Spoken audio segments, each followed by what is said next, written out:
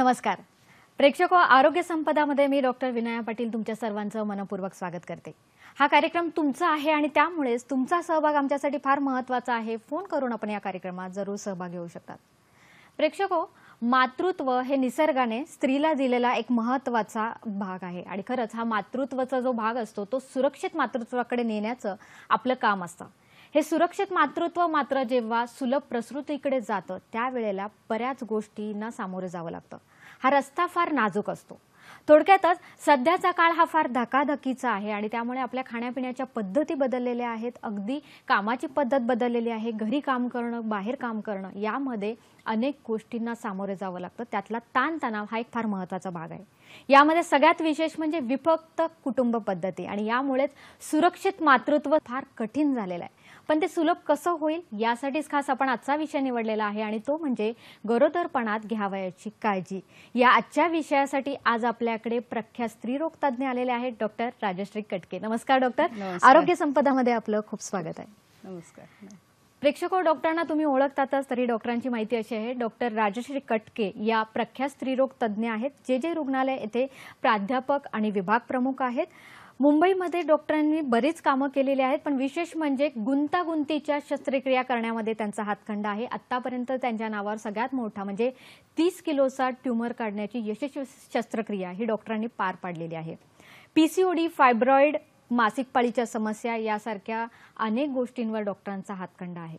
डॉक्टरांनी अनेक कामं केलेली आहेत। त्यांनी ज्ञान हे त्यांच्या पुस्तकातून किंवा त्यांच्या शोधनिबंधातून प्रसिद्ध केलेलं आहे। प्रेक्षको, आजचा जो विषय आहे फार महत्त्वाचा आहे। या विषयावरील प्रश्न नक्कीच आम्ही पूर्णपणे अगदी सॉल्व्ह करण्याचा प्रयत्न करणार आहोत। या कार्यक्रमात आपला सहभाग आमच्यासाठी असाच असेल की आपण आमचे प्रेक्षक म्हणून हा कार्यक्रम ऐकू शकतात। तुमच्या मनातील प्रश्न दूर करायचा आम्ही जरूर प्रयत्न करू। डॉक्टर, पुन्हा एकदा तुमचे खूप खूप स्वागत। डॉक्टर, आजचा जो विषय आहे गरोदरपणात घ्यावयाची काळजी। थोडक्यात हा काळ असा असतो की त्या स्त्रीला कळत नसतं की आपलं आरोग्य आपण कसं सांभाळलं पाहिजे आणि घरातल्यांना चिंता असते की हे आरोग्य सांभाळलं जाईल का। पण हे सुरक्षित मातृत्व सांभाळणं ह्या स्त्रीच्या आरोग्यासाठी सुद्धा कितपत योग्य आहे?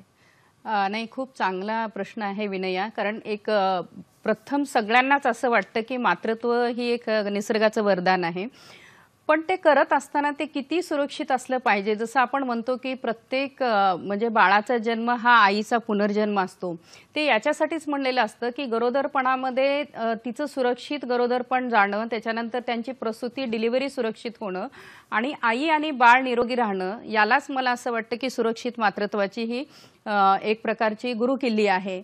त्याच्यामुळे हे अतिशय फार महत्त्वाचं आहे। जर आपण बघितलं की आता हे मातृत्व, आज आपण टेक्नॉलॉजीच्या युगामध्ये आहोत।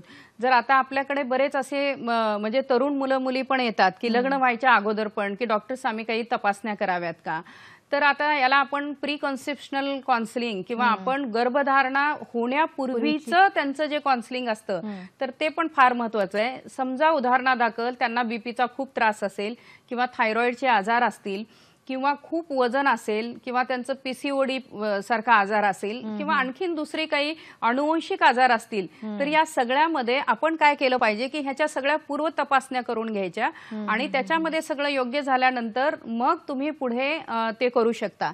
तर हा एक सुरक्षित मातृत्वाचा जो नवीन विज्ञान युगामधला हा एक फार चांगला मला असं वाटतं की हा बदल झालेला आहे। नक्कीच, आणि फार महत्त्वाची बाब आहे। पहिली पायरी ही पहिल्यांदा मनामध्ये रुजते आणि मग ती आणि दुसरंही महत्त्वाचं मी नेहमी सांगते की आपण लग्न करताना कुंडल्या जमवतो सगळं, तर त्याच्यापेक्षा तुम्ही ब्लड ग्रुप पण एकमेकांचे बघा। त्याच्यानंतर काही HIV च्या टेस्टिंग आहेत, VDRL म्हणजे अशा ज्या टेस्टिंग्स आहेत तर त्या पण आपण जर केल्या तर दोन्ही प्रकारे निरोगी पालकत्व आणि निरोगी मातृत्व होणं मला वाटतं की ते फार गरजेचं राहील। अगदी बरोबर डॉक्टर, खूप छान मुद्दा मांडला तुम्ही। कारण कुंडली बघणं हे सगळं आपल्या सगळ्यांना माहिती आहे, पण त्याच्याबरोबर हे पण पाहिलं पाहिजे सोबत आपल्या आरोग्याची कुंडली आपल्याकडे आहे का हे बघणं खूप गरजेचं आहे। डॉक्टर, अगदी महत्त्वाचा मुद्दा, कारण बहुतेक स्त्रियांमध्ये असं दिसून येतं की पाळी चुकली म्हणजे आम्ही गरोदर आहोत का हे एक साधा समज असतो।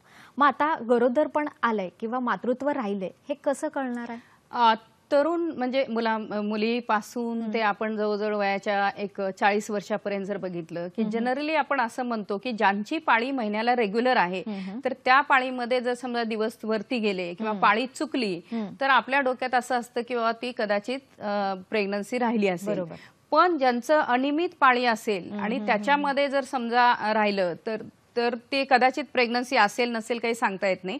पण त्याच्यासाठी आपण काय केलं पाहिजे, एक युरिनची प्रेग्नन्सी टेस्ट असते, तर ती प्रेग्नन्सी टेस्ट केल्यानंतर आपल्या लक्षात येईल की ती प्रेग्नंट आहे किंवा नाही ते, आणि मग त्याच्यानंतर आपण पुढची काळजी घेऊ शकतो. अच्छा, म्हणजे हे जे मार्केटमध्ये अवेलेबल आहे ज्याच्यामधून ती किंवा आपण डॉक्टरांकडे जाऊन त्यांची तपासणी करून घेऊन आणि आपण ते करून घेणं मला असं वाटतं की जास्त संयुक्तिक असेल. बरोबर आहे. पण डॉक्टर, आपण शास्त्रीय दृष्ट्या खास आपण त्याला कन्फर्म झालं असं सांगू शकत नाही, पण त्याच्या पुढेही जाऊन आपल्याला काय चाचण्या कराव्या लागतात? हो, म्हणजे आता आपण युरिन प्रेग्नन्सी टेस्ट करतो, त्याच्यानंतर आपण आता बघितलं 5.5 ते 6 आठवड्यामध्ये म्हणजे आपल्याला पहिली सोनोग्राफी केल्यानंतर पण लक्षात येतं की बाळाचं सॅक आहे का, त्याच्यामध्ये बाळाचा एक फिटल पोल दिसतो का.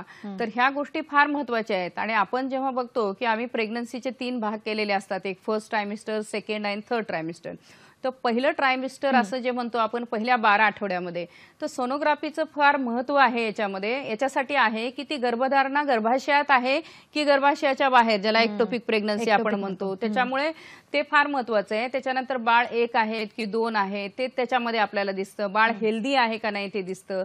तर त्याच्यामुळे या सगळ्या गोष्टीसाठी मला असं वाटतं की आपण जरूर प्रेग्नन्सी टेस्ट तर करतोच करतो, पण त्याबरोबर पहिल्या ह्याच्यामध्ये ट्रायमिस्टरमध्ये तर ती सोनोग्राफी करणं फार गरजेचं आहे. अच्छा. आणि जवळजवळ 11 ते 12 आठवड्यामध्ये काही जे मालफॉर्मेशन आपण म्हणतो की जसं 12 आठवड्यामध्ये बाळाचं डोकं ते डेव्हलप झालेलं असतं, पण आता उदाहरणादाखल फार म्हणजे रेअरली असं होतं की ते डोकंच आपल्याला ते डेव्हलप झालेलं नसतं. म्हणजे ते पुढे कधी कधी ते 3-3, 4-4, 5-5 महिन्यापर्यंत प्रेग्नन्सी घेऊन जाऊन नंतर सोनोग्राफी करून घेण्यात, तर मला असं वाटतं की मग तो धोका वाढत जातो. त्याच्यापेक्षा पहिल्या ह्याच्यामध्ये पण ती सोनोग्राफी करून घेणं डॉक्टरांच्या सल्ल्याने योग्य राहील. अगदी बरोबर आहे. डॉक्टर, हा झाला फर्स्ट ट्रायमिस्टरचा, पण सुरुवातीला काय होतं की गरोदर स्त्री म्हणजे ती गरोदर राहिलेली ही आनंदाची बाब असते, आणि आपल्या समाजात असं म्हणतात की 3 महिन्यापर्यंत कोणाला सांगू नये, आणि त्या पद्धतीने ते घरातल्या घरात थांबवलं सुद्धा जातं. पण डॉक्टरांची व्हिजिट मात्र कधी घ्यावी? अगदी ती लागलीच घ्यावी का? नाही, मला तरी असं वाटतं ठीक आहे, म्हणजे आपल्याकडे 3 महिने तुम्हाला दुसऱ्यांना सांगायचं नसेल तर सांगू नका, 3 महिन्यानंतर सांगा, पण तुमच्या आरोग्यासाठी तुम्ही डॉक्टरांना लगेच घेतली पाहिजे ती, कारण ती घेऊन तुमची प्रेग्नन्सी आहे का नाही ती बघितली पाहिजे. समजा पाळी चुकली, प्रेग्नन्सी टेस्टवर पण तुम्हाला ती प्रेग्नन्सीची लाईन दिसली, पण जर समजा ती गर्भधारणा नळीमध्ये गेली असेल तर विनाकारण त्रास आहे ना, त्याच्यामध्ये कधी ती रप्चर होऊ शकते. तर त्याच्यामुळे मला असं वाटतं की पाळी चुकली आणि आपण प्रेग्नंट आहोत लक्षात आलं की डायरेक्टली डॉक्टरांकडे जावं. आणि पहिल्या 3 महिन्यामध्ये गोळ्या घेणं पण गरजेचे असतात, फोलिक ऍसिडचे आहेत, विटामिन्सचे आहेत, ज्या गोळ्यामुळं बाळांची जी आहे मेंदूची वाढ होणं किंवा चांगल्या सिस्टीमची वाढ होणं, ह्याच्यासाठी पण मला असं वाटतं की आपण डॉक्टरांकडे जावं. हां, बरे तुम्ही बाकीच्या लोकांना तुम्ही 3 महिन्यानंतर सांगू शकता, त्यात काही मला असं वाटतं ते योग्य आहे. अगदी बरोबर आहे. डॉक्टर, आता दुसरा टप्पा कसा येतो? म्हणजे पहिल्या 3 महिन्यापर्यंत ही काळजी घ्यावी, पण दुसऱ्या ट्रायमिस्टरचा आठवडा कधी ते कधीपर्यंत असतो? पहा, कसं आहे की पहिल्यांदा गर्भधारणा झाली, डॉक्टरांच्या सल्ल्याने तुम्ही डायग्नोज करून घ्या. त्याच्यानंतर तुम्ही सगळ्यात महत्वाचं नाव नोंदणी करणं फार गरजेचं आहे. नाव नोंदणी केली की मग तुमची उंची, हाईट, तुमचं वजन आहे, दर महिन्याला आपण वजन बघतो. आणि काही ज्या तुम्हाला टेस्ट असतात, ज्या की ब्लड ग्रुप आहे, VDRL ची आहे, HbA1c ची आहे, HIV ची आहे, हिमोग्लोबिन आहे, युरिन एक्झामिनेशन, म्हणजे ह्या ज्या बेसिक ज्या टेस्ट आहेत त्या आपण आपल्या त्या करून घेतो. आणि ह्याच गोष्टीची कंपॅरिझन आपल्याला होत राहते की आईचं किती वजन वाढतं, बाळाचं कशी वाढ चालू आहे. तर त्यामुळे मला असं वाटतं की हे पहिले तर आपल्याला आलेच आहे, पण त्याच्यानंतर जे 12 ते 24 आठवडे किंवा 12 ते 28 आठवडे याच्यामध्ये दर महिन्याला आपण त्यांना बोलावून घेऊन दर महिन्याला त्यांचे वजन बघणं आणि त्या वजन किती वाढतं ते बघणं, त्यांची हिमोग्लोबिनची तपासणी करणं, युरिनमध्ये काही इन्फेक्शन आहे का नाही ते पाहणं. आणि 3 महिन्यानंतर ज्या गोळ्या देतो, ज्याला आपण गव्हर्नमेंटमध्ये अँटीनेटल पॅक म्हणतो, की ज्याच्यामध्ये आयर्न असतं आणि कॅल्शियमच्या गोळ्या असतात, तर त्या गोळ्या फार महत्वाच्या असतात. आणि याच्यामध्ये आपल्याला कळतं की बाबा आपण ते बाळ वाढतंय, बाळाची वाढ चांगल्या पद्धतीने होतीये किंवा नाहीये. आणि त्यानंतर 20 आठवड्याच्या अगोदर एक आपण लेव्हल 2 सोनोग्राफी म्हणतो, ज्याला आपण कंजेनायटल मालफॉर्मेशन स्कॅन, म्हणजे याचा अर्थ असा आहे की ह्या सोनोग्राफीमध्ये बाळामध्ये जे काही मोठ्या म्हणजे हार्टमध्ये प्रॉब्लेम आहे का, ब्रेनमध्ये प्रॉब्लेम आहे का, जेनेटिक आहे का, किंवा त्यांना व्यंग आहे का, स्पाईनमध्ये प्रॉब्लेम आहे का, तर ही सगळी जी आजार आहेत तर त्याचं एक चांगल्या पद्धतीचं सोनोग्राफी करून घेणं फार गरजेचं आहे. आज आपण पाहतो की 24 आठवडे झालेत, 28 आठवडे झाले, 23 आठवडे झालात, मग ते कोर्टाची परमिशन घेतात घ्यावी आणि मग लागते. आपल्याकडे येतात ते. त्याच्यापेक्षा जर तुम्ही काळजी घेऊन जर वेळेमध्ये जर समजा गोष्टी केल्या तर आपल्याला तात्काळ त्याची ट्रीटमेंट अशा पद्धतीने देता येते. अगदी बरोबर आहे. त्यामुळे प्रेक्षको, जी सोनोग्राफी असते ती सोनोग्राफी ठरलेल्या वेळेला करणं आणि योग्य वेळेला, ज्या 3 आपण डॉक्टर सोनोग्राफी खास सांगतो की त्या झाल्याच पाहिजे. एक तर ती फर्स्ट ट्रायमिस्टर मधली जी आपण बघतो. दुसरी जी आहे ती 20 आठवड्याच्या अगोदरच, म्हणजे आता म्हणजे 20 आठवड्याच्या अगोदर आपण म्हणतो 18 ते 20 मध्ये, ज्याच्यामध्ये बाळाची वाढ झालेली असते. पण 20 आठवड्याला आपल्याला कायद्याने जर समजा काही असेल तर त्याच्या खाली असेल तर आपण तात्काळ ती गर्भपात करू शकतो.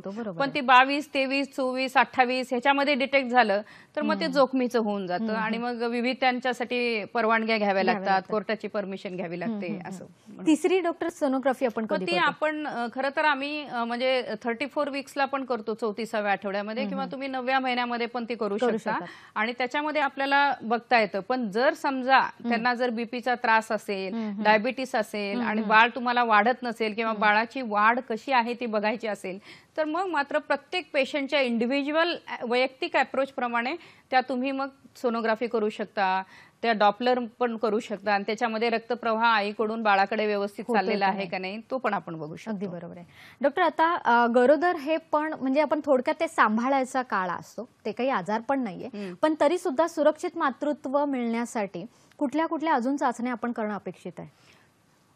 रक्तामध्ये सगळ्यात महत्वाचं तर त्यांना ब्लड ग्रुप माहिती असणं फार आवश्यक आहे. 2 गोष्टीसाठी. एक तर निगेटिव्ह ब्लड ग्रुप असेल तर वेगळ्या पद्धतीची आपल्याला काळजी घ्यावी लागते. दुसरी महत्वाची गोष्ट आहे की कधी तुम्हाला जर ब्लड ट्रान्सफ्युजन लागलं तर मग त्याच्यामध्ये तो तुम्हाला माहित असणं फार गरजेचं आहे. हिमोग्लोबिन फार महत्वाचं आहे, कारण हिमोग्लोबिन आपण जर बघितलं तर आज आपलं मॅटर्नल मॉर्टॅलिटी जे बघतो किंवा माता मृत्यू प्रमाण जो आहे त्याच्यामध्ये आपल्या रक्तामध्ये आयर्न कमी असल्यामुळं किंवा लोहाचं प्रमाण कमी असल्यामुळं बऱ्याच कॉम्प्लिकेशन्स होतात, ज्याच्यामध्ये बीपी वाढणं, झटके येणं, ते प्लासेंटल ॲब्रप्शन होतं, रक्ताच्या गाठी पडणं किंवा ॲनिमियामुळे पण त्रास होतो.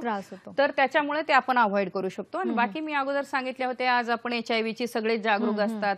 HIV, VDRL, HbA-CG काही इन्फेक्शन आहे का तर ते आपण बघून घेतलेलं फार गरजेचं आहे असं मला वाटतं. अगदी बरोबर. म्हणजे ज्यात बीपी चेक करणं असू दे किंवा थायरॉइड सारखे जे आजार आहेत ते सुद्धा ज्यांना आहेत त्यांनी वेळेवर करायला पाहिजे. म्हणजे थायरॉइड जर आपण बघितलं तर म्हणजे 4 आठवड्यानंतर त्यांनी असे ते त्याच्यात तपासण्या करायला पाहिजे.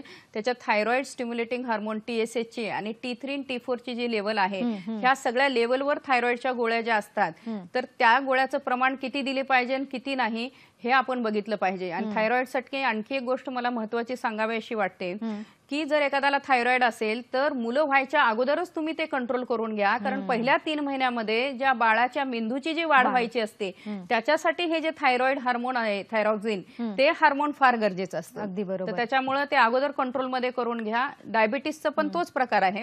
जर ते शुगर कंट्रोलमध्ये असतील तर मग बाळाला मग पुढचे व्यंगत्व किंवा पुढचे कॉम्प्लिकेशन जे आहेत ते आपल्याला टाळता येतात. अगदी बरोबर. म्हणजे डॉक्टर, तुम्ही जसं म्हणतायत की फार हा महत्वाचा मुद्दा डॉक्टरांनी सांगितलेला आहे की शुगर आहे, बीपी आहे, थायरॉइड आहे, निदान 3 हे जे महत्वाचे आजार आहेत ते खास प्रेग्नन्सीला त्रास देतात.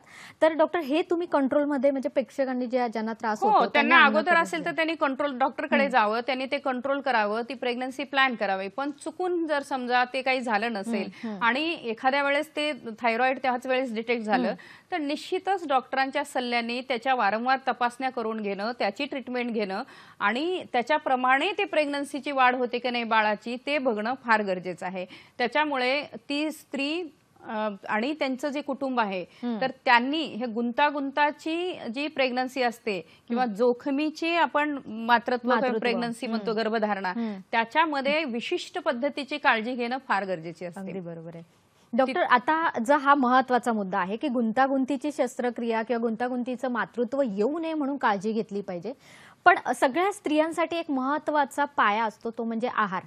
तर इथे डॉक्टर, आहाराचा कसा असा आपण समतोल साधू शकतो किंवा कसा घ्यावा तो? आहाराच्या बाबतीत जर आपण बघितलं तर आहार कसा असला पाहिजे तर आहार हा संतुलित असला पाहिजे. संतुलित याचा अर्थ असा असतो त्याच्यामध्ये कार्बोहायड्रेट्स, प्रथिने आणि फॅट, मेद ज्याला आपण म्हणतो, त्याच्यानंतर न्यूट्रिएंट्स, मायक्रोन्यूट्रिएंट्स, म्हणजे हे सगळे त्याच्यामध्ये समतोल प्रमाणामध्ये असले पाहिजेत. तर त्याच्यासाठी ते जे पूर्ण एक ताट असतं ते प्रेग्नंट लेडीचं, त्याच्यामध्ये वाटीभर डाळ असली पाहिजे. कोणी नॉनव्हेज खात असेल तर फिश, मटन, चिकन त्यांच्याप्रमाणे ते ज्याच्यामध्ये प्रोटीने मिळतात. त्याच्यानंतर तुम्ही म्हणजे 2 ते 3 चांगल्या पोळ्या घेतल्या पाहिजेत, भात घेतला पाहिजे. त्याच्यामध्ये जी काही पालेभाज्या जास्त असतात त्या पालेभाज्या घेणं फार गरजेचं आहे. समजा पालक आहे, मेथी आहे, त्याच्यानंतर कॅबेज असतील, म्हणजे जे आहेत ते भाज्या घेणं फार गरजेचं आहे. आणि जी सीझनल फळं आहेत ती फळं घेणं फार गरजेचं आहे. जसं व्हिटॅमिन सी आपल्याला ऑरेंज मध्ये मिळतं, त्याच्यानंतर मोसंबी आहे, केळी खाणं, म्हणजे ऍपल खाणं, ह्या सगळ्या गोष्टींमध्ये जे आपले मायक्रोन्यूट्रिएंट किंवा जीवनसत्व असतात ती आपल्याला मिळतात. आणि सगळ्यात महत्वाचं कॅल्शियमसाठी दूध, दही, ताक याचा वापर करणं फार गरजेचं आहे. गोळ्या तर आपण घेतो, पण असं जे संपूर्ण जे आपल्याला जे ताट दिसलं पाहिजे ते म्हणजे ते तशा पद्धतीने त्यांनी घेतलं पाहिजे. आणि तुम्हाला जर समजा 3च वेळेस असं फिक्स नाहीये तर तुम्ही सकाळी ब्रेकफास्ट घेता, मग जेवण करा, मग स्नॅक्स घ्या आणि मग त्याच्यानंतर मग रात्रीचं जेवण करा. मध्ये मध्ये ड्रायफ्रुट्स खाणं, समजा डेट्स आहेत, खजूर आहेत, मनुके आहेत ज्याच्यामध्ये आयर्नचं प्रमाण, लोहाचं प्रमाण जास्त आहे, त्याच्यानंतर बी कॉम्प्लेक्स आहेत. तर ह्या सगळ्या फ्रेश फ्रुट्स आणि ड्राय फ्रुट्स याचं संतुलित करून जितकं शक्य असेल ते खावं. मी असं म्हणत नाही की ड्रायफ्रुट्स जर समजा आपल्याला शक्य नसेल तर आपण शेंगदाणे आहेत, डाळवा आहे, गुळ आहे, तर चणे खाऊ शकतात. तर त्याच्यामध्ये मिक्स करून आपण ते घेऊ शकतो आणि याच्यामुळे प्रोटीनची कमतरता आपल्यातली निघून जाऊ शकते. अगदी बरोबर. डॉक्टर, पण सध्याचं फॅड किंवा सध्याचं जे जग आहे ज्याच्यामध्ये आपण गुगलवर सगळं सर्च करतो आणि त्यामुळे खूप वेगवेगळे पदार्थ ताटात येतात किंवा अमुक एखादा जंक फूड खाण्याची इच्छा होते, तर अशा वेळेला काय करावं? किंवा अमुक एखाद्या भाज्याच असल्या पाहिजे, तर असं काही गरजेचं आहे का? नाही, मला असं वाटतं की कधीतरी आपण जंक फूड खाणं हा मानवी स्वभाव आहे किंवा त्याची तशी आवड आहे. पण रोजच उठून जर आपण बर्गर, पिझ्झा किंवा जंक फूड, फ्राईड फूड खात बसलो तर एक प्रकारचे जे आवश्यक असलेले जे आपले जीवनसत्वे किंवा जीवनातल्या ज्या आहारातल्या महत्वाच्या गोष्टी आहेत तर त्या पोषक मिळणार नाहीत आपल्याला. त्याच्यामुळं मी असं नाही म्हणत की खाऊ नका, तुम्हाला जेव्हा असेल तेव्हा ते चवीने थोडं बहुत खा, पण मेन हा संतुलित आहार घेणं फार गरजेचं आहे. कारण इथं तुम्हाला तुमच्या आरोग्याची तर काळजीच आहे, पण त्याच्याबरोबर तुम्हाला तुमच्या ज्या पोटात बाळ आहे तर हे आपल्याला त्याच्या वाढीसाठी पण खाणं फार गरजेचं आहे. अगदी बरोबर. तर त्यामुळे मला असं वाटतं की आईनी आपलं मातृत्व जपताना नेहमी आपल्या बरोबर त्या मुलाचा पण आपण विचार केला पाहिजे. त्याच्यामुळे फार डायटिंग करणं किंवा ते फार फॅड मध्ये जाणं किंवा आपलं फिगर खराब होईल म्हणून आपण न खाणं असे प्रकार करू नका. आणि खूप पण खायचं नाही की जेणेकरून खूप वजन वाढत चाललं असेल, तर ते संतुलित प्रमाणात. अगदी त्याच मुद्द्याकडे येणार होती डॉक्टर, कारण की अति खाणं सुद्धा बाळाच्या आरोग्यासाठी त्रास देऊ शकतं. डॉक्टर, एक थोडक्यात वजन किती वाढणं जनरली आपण असं म्हणतो 10 ते 12 किलो जे आहे ना ते वजन आपलं वाढणं अपेक्षित. आता पहिल्या 3 महिन्यामध्ये 1 ते 2 किलो हे असतं, कारण पहिल्या 3 महिन्यामध्ये तिला खूप वॉमिटिंग होत राहतात. बाळाची जी वाढ असते ती शारीरिक वाढ जास्त होत नाही, पण नंतरच्या याच्यामध्ये आपल्याला 5 किलो, त्याच्यानंतर 4 ते 5 किलो असं आपण टोटल एक 10 ते 12 किलो वजन असणं फार गरजेचं आहे. आणि दर महिन्याला किती वाढतं त्याचा आपण ते रेकॉर्ड ठेवायला पाहिजे. जर समजा वजन खूपच वाढत असेल तर मग आपल्याला त्यांचं ब्लड शुगर, डायबिटीस होतंय का ते बघितलं पाहिजे, ओव्हर इटिंग होतं का ते बघितलं पाहिजे, किंवा अंगावर सूज आहे का ते बघितलं पाहिजे.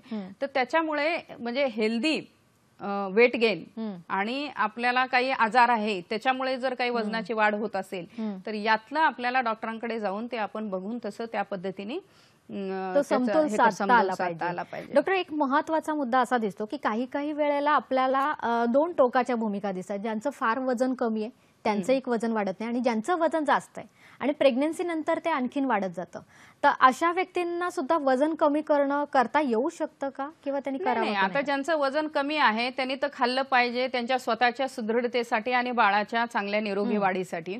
ज्यांचं वजन खूप जास्त आहे तर ते कुठल्या आजाराने आहे, समजा अनकंट्रोल डायबिटीस असेल तर खूप असतं, अनकंट्रोल थायरॉइड असेल तर मग त्याच्यामुळे वजन खूप जास्त असतं. तर मला असं म्हणायचं आहे की त्याच्यामध्ये तुम्ही ती ट्रीटमेंट घेतली आणि ते योग्य ते आवश्यक तेवढं जर वजन हे केलं तर आपोआप वजन नियंत्रणात राहील.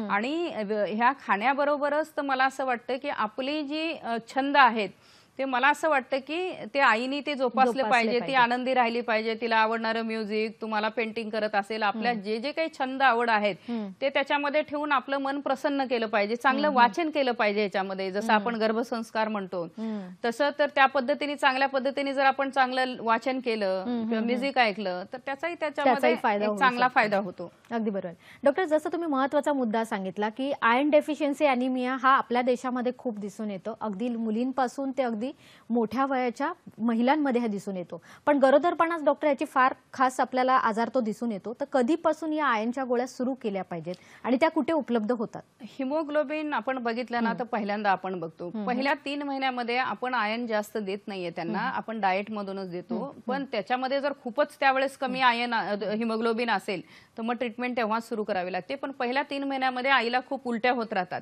तर त्याच्यामुळे ते आयर्न थोडंसं पचण्यासाठी त्रासदायक असतो. पण जनरली 3 महिन्यानंतर हेल्दी वुमेन मध्ये आपण डेली आयर्नच्या गोळ्या ज्या आहेत तर त्या आपण त्यांना जवळजवळ बाळ झाल्यानंतर पण 1 वर्षापर्यंत ते चालू ठेवायच्या, कारण आई बाळाला दूध पाजत असते, त्याच्यामुळे आयर्न आणि कॅल्शियम याच्यामुळे तिच्या शरीराची जी झीज होते ती झीज भरून निघण्यासाठी जवळजवळ आपण 1 ते 1.5 वर्ष आयर्न आणि कॅल्शियमच्या गोळ्या कंटिन्यू ठेवणं हे फार चांगलं असतं. एक प्रेग्नन्सी झाली तर त्याच्यामध्ये तिच्या शरीराची झीज भरून निघण्यासाठी कमीत कमी 2 वर्ष लागतात. म्हणून आपण असं म्हणतो की 2 मुलामध्ये आपल्याला 2 वर्षाच्या अधिक अंतर ठेवलं पाहिजे, पाळणा हा लांबवला पाहिजे.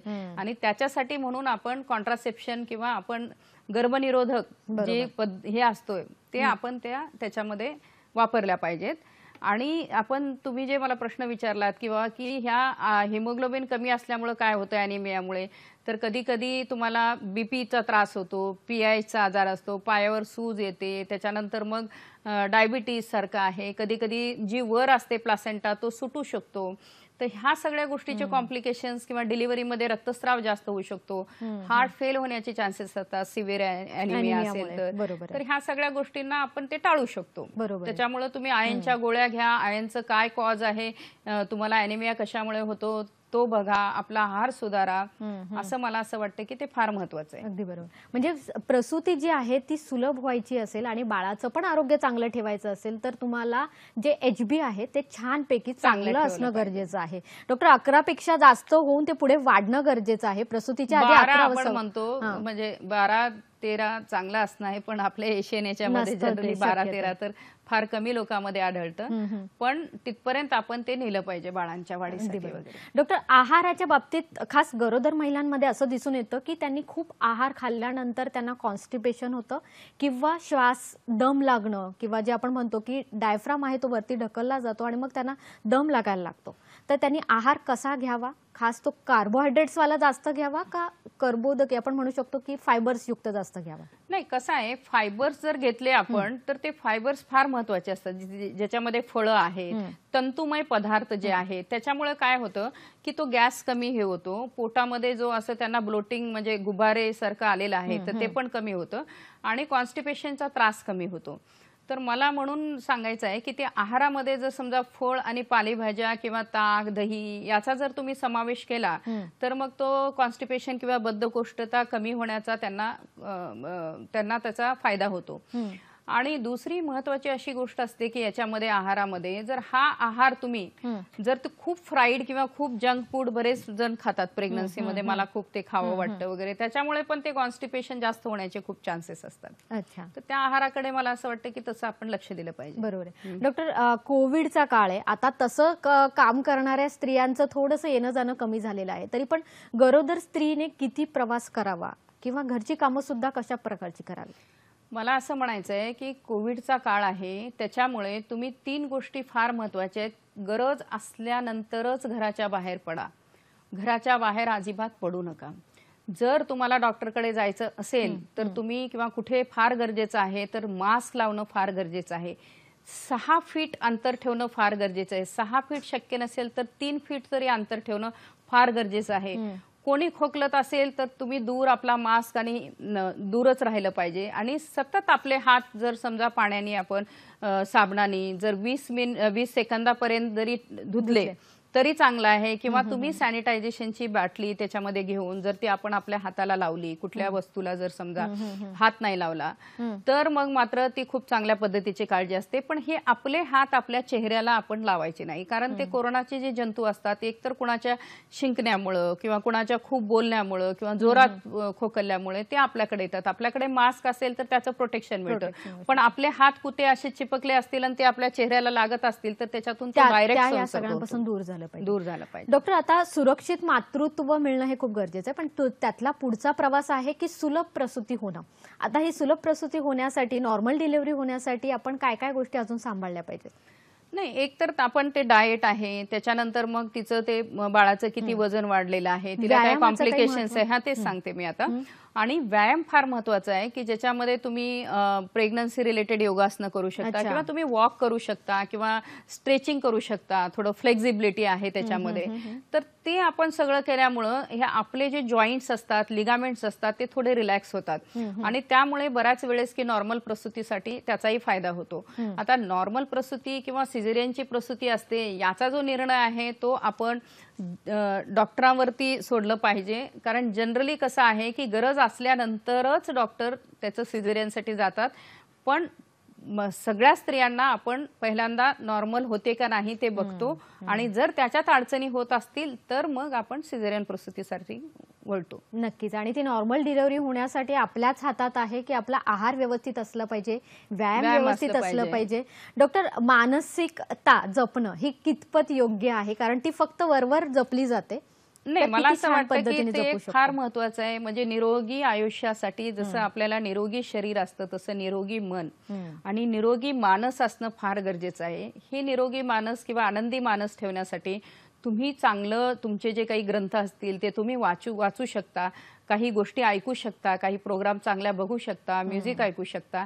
आणि मातृत्व ही जी देणगी आहे ती निसर्गाने दिलेली अनमोल देणगी आहे, कारण तुम्ही ह्या आपल्या ज्या याला म्हणतो ह्या प्लॅनेटवर जितके पण काही जीवनिर्मितीचं जे काम आहे तर ते सगळं कंटिन्यू ठेवायचं काम आहे ते ह्या गर्भधारणेच्या आधारे होतं.